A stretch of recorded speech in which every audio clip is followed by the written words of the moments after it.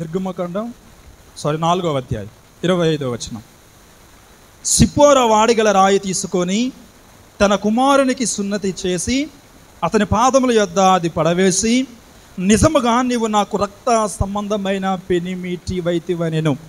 అంతటా ఆయన అతన్ని విడిచెను. సో ఇక్కడ గమనించండి, ఇక్కడ దేవుడు మోషే ఒక విషయం తప్పిపోయినందుకు తన కుమారుడికి ఎంత మాత్రము కూడా సున్నతి చేయకుండా ఉండేసరికి దేవుడు తన దూతను పంపిస్తాడు శిక్షించడానికి. అది గమనించిన సిప్పోరా అనగా మోషే యొక్క భార్య ఏం చేస్తుందంటే, ఒక వాడిగల రాయి తీసుకొని వెంటనే తన కుమారునికి సున్నతి చేసి పాదముల మీద పడేసిన తర్వాత అప్పుడు మోషే తమనే మాట ఏంటంటే, నీవు నిజముగా నాకు రక్త సంబంధమైన పెనిమిటి వైతివి. పెనిమిటి అంటే భర్త, రక్త సంబంధమైన భర్తవి. ఏనాడే రక్త సంబంధమైన భర్తను మనం చూస్తుంటామా? కట్టుకున్న భర్త అంటాం, కట్టుకున్న భార్య అంటాం. రక్త సంబంధమైన అంటే ఎవరు? అన్నల దమ్ముల్లో, అక్కల చెల్లెలు, లేకపోతే కడుపున పుట్టిన బిడ్డలను రక్త సంబంధికులుగా చూస్తాం. భార్య భర్తలకు ఏ బంధం ఉంటుంది అని అంటే కట్టుకున్న బంధం.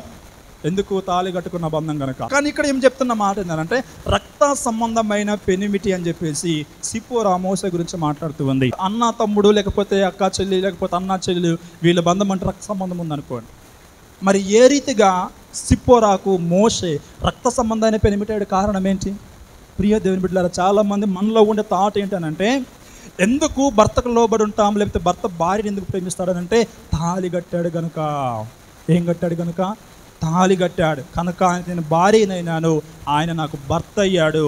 కాబట్టి మేము తాళి వల్ల కాదు మీ మధ్యలో ఉండేది ప్రేమ. దేవుడు నిన్ను భార్యగా, నిన్ను భర్తగా చేసి ఎలాగ చేసాడో తెలుసా?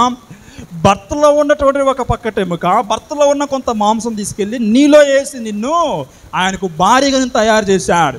ఆ రక్త సంబంధం వల్ల నువ్వు నీ భార్యతోటి, నువ్వు నీ భర్తతోటి ప్రేమ కలిగి కాపురం చేస్తూ ఉన్నావు. హల్లెలూయా. కట్టిన తాళి వల్ల కాదు.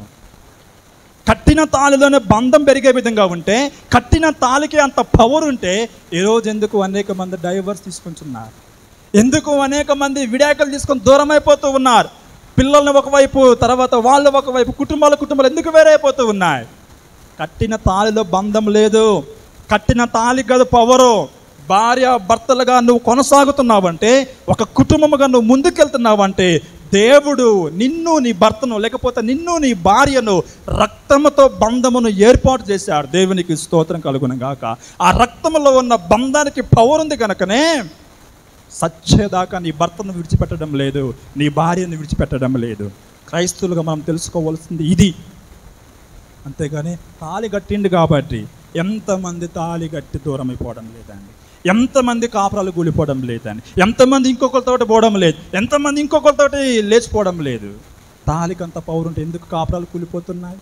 ఎందుకు విడాకులు వస్తూ ఉన్నాయి? కోర్టు కేసుల్లో ఎందుకు డైవర్స్ కేసులు పెండింగ్లో ఉంటూ ఉన్నాయి? ఎందుకు అనేక మంది భార్యాభర్తలు ఆత్మహత్యలు చేసుకుంటూ ఉన్నాయి? ఎందుకు అనేక కుటుంబాలు విచ్ఛిన్నమైపోతూ ఉన్నాయి? ప్రియ దేవుని బిడ్డలారా, కట్టిన తాళిలో ఏమి లేదు.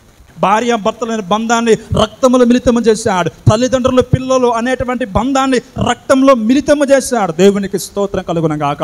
ఆ కారణాన్ని నీ పిల్లలు నువ్వు ప్రేమిస్తూ ఉన్నావు, నీ పిల్లలు నిన్ను ప్రేమిస్తూ ఉన్నారు, నీ భార్య నిన్ను ప్రేమిస్తూ ఉంది, నీ భర్త నిన్ను ప్రేమిస్తూ ఉన్నాడు, నీ అన్న లేకపోతే నీ చెల్లో, నీ అక్క తమ్ముడు నీకు లోబడున్నారు, ప్రేమిస్తున్నారు, బంధం కలిగి ఉన్నారంటే కారణం అది రక్త సంబంధమైనటువంటి బంధముగా దేవుడు ఏర్పాటు చేశారు. కనుక ప్రియ దేవుని బిడ్డలారా, అనవసరంగా లేనిపోని మూల పాఠాలలోకి వెళ్ళిపోయి, లోకానుసారమైన పద్ధతుల్లోనికి వెళ్ళి, లోకానుసారమైన విధి విధానాలకు వెళ్ళి మీ ఆత్మీయ జీవితాన్ని మీరు పాడు చేసుకోవద్దు.